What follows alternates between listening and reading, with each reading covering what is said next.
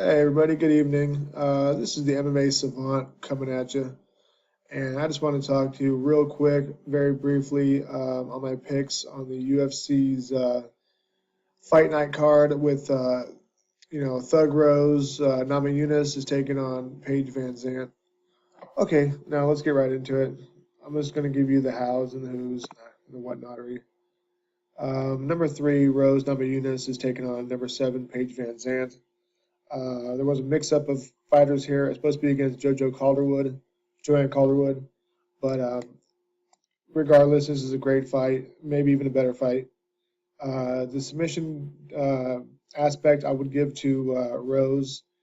She's a Duke Rufus camp member. Good striking, got a lot of good guys up there. Her boyfriend's Pat Barry, so she's pretty well-rounded or whatever. But I feel like the tutelage under Team Alpha Male, you got too much talent up there, too many good guys for Paige Van Zant. I wasn't really sold on her at first until I saw her take on Felice Herrig, and I was pretty impressed by that. Um, so we'll see how it goes. But I have Paige Van Zant by decision. Moving on. Okay, we're going to breeze through these ones. Jim Miller, number 14, taking on Michael Chiesa. Michael Chiesa is the Maverick. He won the show a few seasons back. He hasn't really impressed me. He's got a loss to Lozon. Nothing wrong with that. And a loss to he got finished by Jorge Masvidal. I see Jim Miller taking this fight.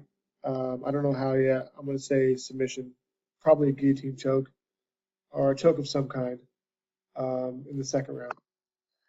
Then you have Sage Northcutt, who is Uncle Dana's favorite little nephew. He's a talented kid. I'm sure he's a nice kid, but they keep feeding him guys that, not pad his record.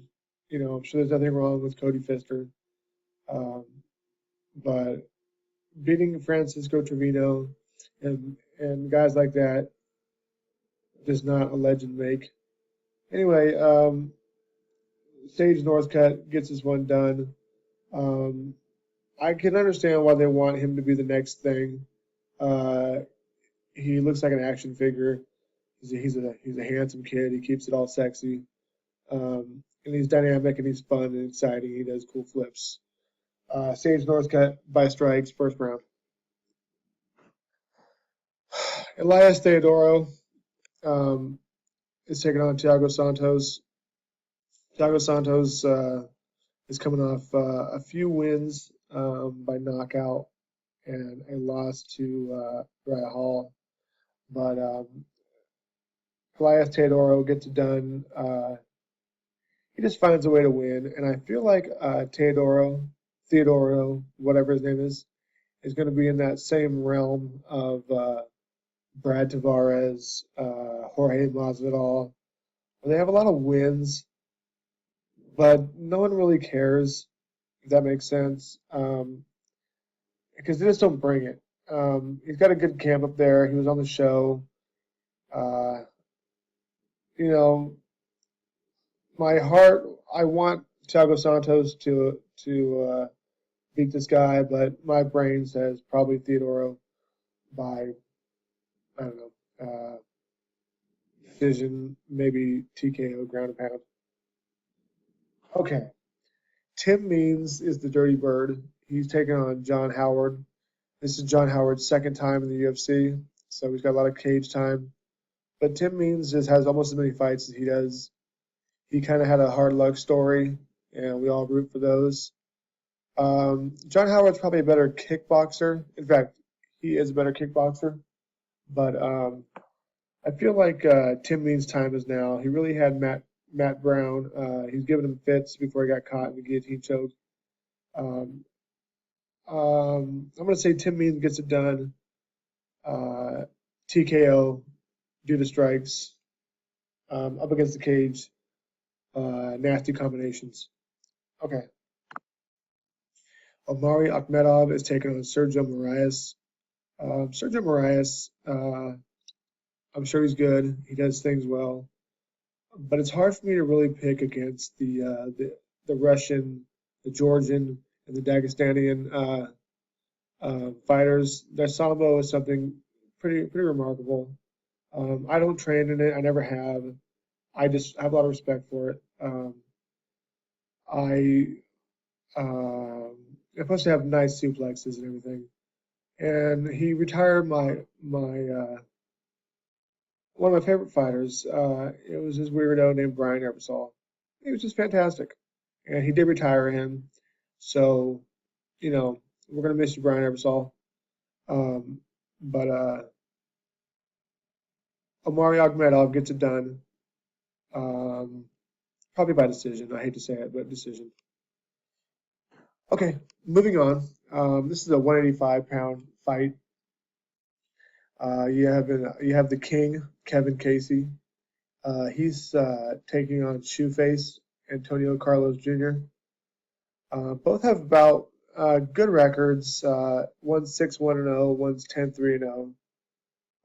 Kevin Casey does have knockouts, but Shoeface is a multiple-time jiu-jitsu champion, and he's legit. He's tall, he's rangy.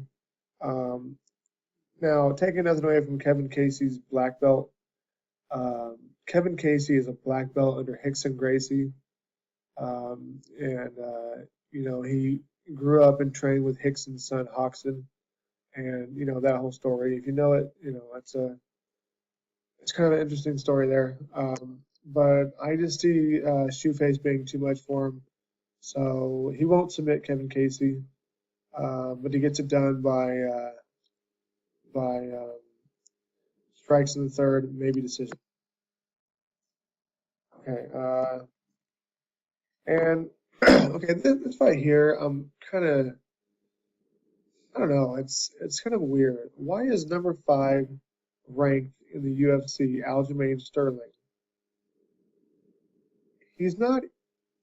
He's on the Fight Pass card, prelims, fourth one down. You know what I'm saying? Like he deserves better than that. I believe he's out of Serra-Longo with Chris Weidman and Ali Quinta. I could be wrong on that. He's smart money on this one. He probably is the favorite, but I'm gonna go with but after seeing what Johnny Eduardo did to Eddie Wineland, that's pretty cool. But lightning don't strike twice in the same place, as they say. So I'm gonna say Aljamain Sterling gets his fight done with the takedowns, ground and pound, first round. And the other ones I haven't really studied on. Um, I'm gonna say Santiago Ponzinibbio gets this one done. I don't know, decision. Nate Coy out wrestles and just controls, grinds out a decision over hot chocolate. Zubera Chukagov and Philippe Anderson Silva Nover. He's good. That joke or that little comment there, a reference. Dana White said he was the next Anderson Silva when he was on the show years back, and it didn't pan out. Anyway, he does have good striking. He does have good fighting. Good submissions and everything. But you know what? 17-3-0. Okay.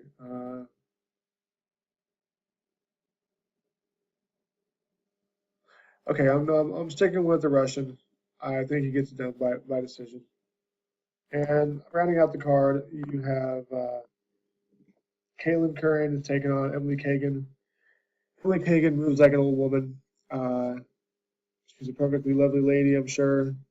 She just doesn't have that spring in her step, that bounce on the balls of her feet type busy attitude. And I see Caitlin Curran winning this fight. I see it being a lock for her. And I just see the cage door closing. They're going to touch gloves, and then the Hawaiian's just going to get busy with it and put her down, or just maybe dominate her pillar to post. But I see Kaylin Curran winning this fight handily. Okay, guys, this is the MMA Savant, and just want you to listen to my picks and everything, and tell me what you think. Comment below if you can, and yeah. So that's that, and I will catch you guys on the flip side. Thank you. Have a good night now.